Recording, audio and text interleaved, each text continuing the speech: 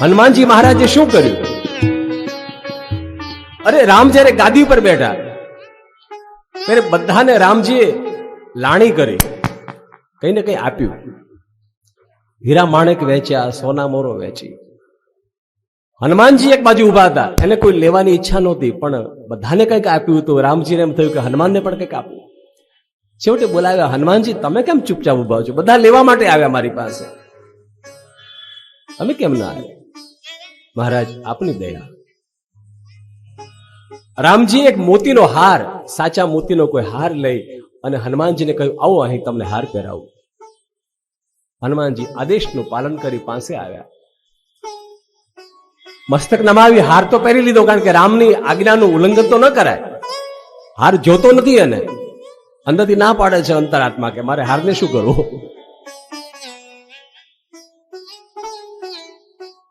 વિનય વિવેક તો હોવો જોઈએ ને.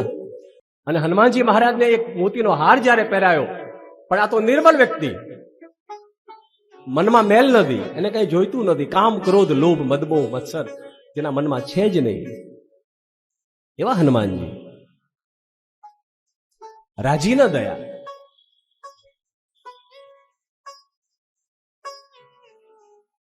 બીજું ઘણું બધું આપ્યું. માગ માગ હનુમાન, તું માગે તે તને આપો. રામજી એમ પણ કીધું, હનુમાનજી તમે રાજી થઈ જાઓ. હનુમાનજી મહારાજે કીધું, પ્રભુ મારે તમારી પાસે કાંઈ નથી જોતું, તમારી પાસે હસ્યા. રામ પાસે હનુમાનજી મહારાજ હસી પડ્યા અને એમ કહી દીધું કે મારે તમારી પાસે કઈ જોઈતું નથી. કોઈ મોટો માણસ એમ કે માગો, મારી પાસે લઈ લો, અને પછી આપણે કઈ તમારી પાસે કઈ નથી જોતું, એનું અપમાન કહેવાય ને. આમ તો એમ થોડુંક વિનય. પણ હનુમાનજી મહારાજ હસતા હતા, કહે છે, પ્રભુ મારે તમારી પાસે કઈ નથી જોયું, હું તો તમને જ માગું છું. મારે તો રામ જ જોઈએ.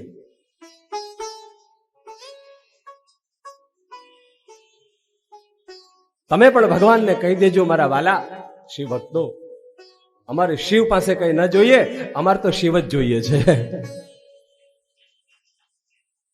સાચો શિવ ભક્ત શિવ પાસે કઈ ન માગે, પણ શિવને જ માગી લે.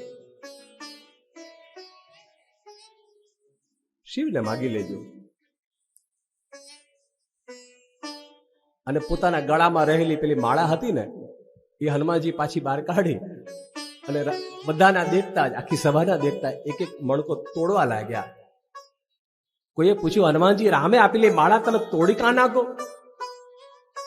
કે બસ હું આમાં એ જ જોઈ રહ્યો છું કે આ મોતી માળા છે, એના અંદર કઈ રામ છે, એના અંદર કઈ મારો ભગવાન છે, અને જેમાં ભગવાન નથી એ મારે કઈ કામનું નથી. જેમાં ભગવાન નથી એ મારે કઈ કામનું નથી.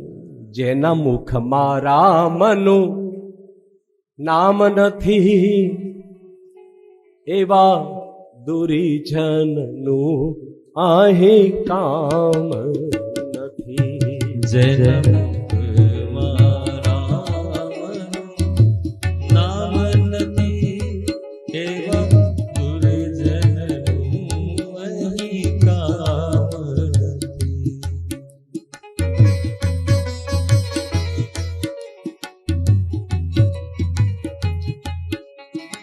જેનું મન નિર્મળ થાય, એને સત્સંગમાં જવાનું મન થાય.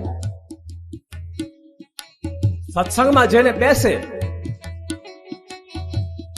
એના મનની અંદર ભગવાનનો વાસ થાય. અને જે મલિન મન વાળા હોય એ જો સત્સંગમાં આવી જાય તો એનો મહેલ પણ ધોવાવા લાગે ધીમે ધીમે કરતા કરતા. આ સત્સંગનો માતમ છે. વસ્તુ કરાય, શિવ પુરાણ કહે છે. એક તો સ્નાન કરાય. શું કરાય? તમે કહેશો બાપુ અમે તો સ્નાન કરીએ છીએ.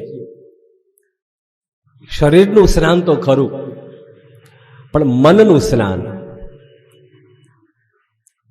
અહીં બેઠા પછી મારે ને તમારે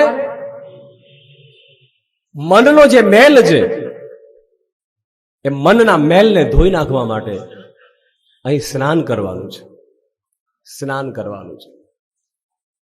બહારના મહેલનું એટલું બધું મહત્વ નથી જેટલા અંતઃકરણના મહેલનું મહત્વ છે.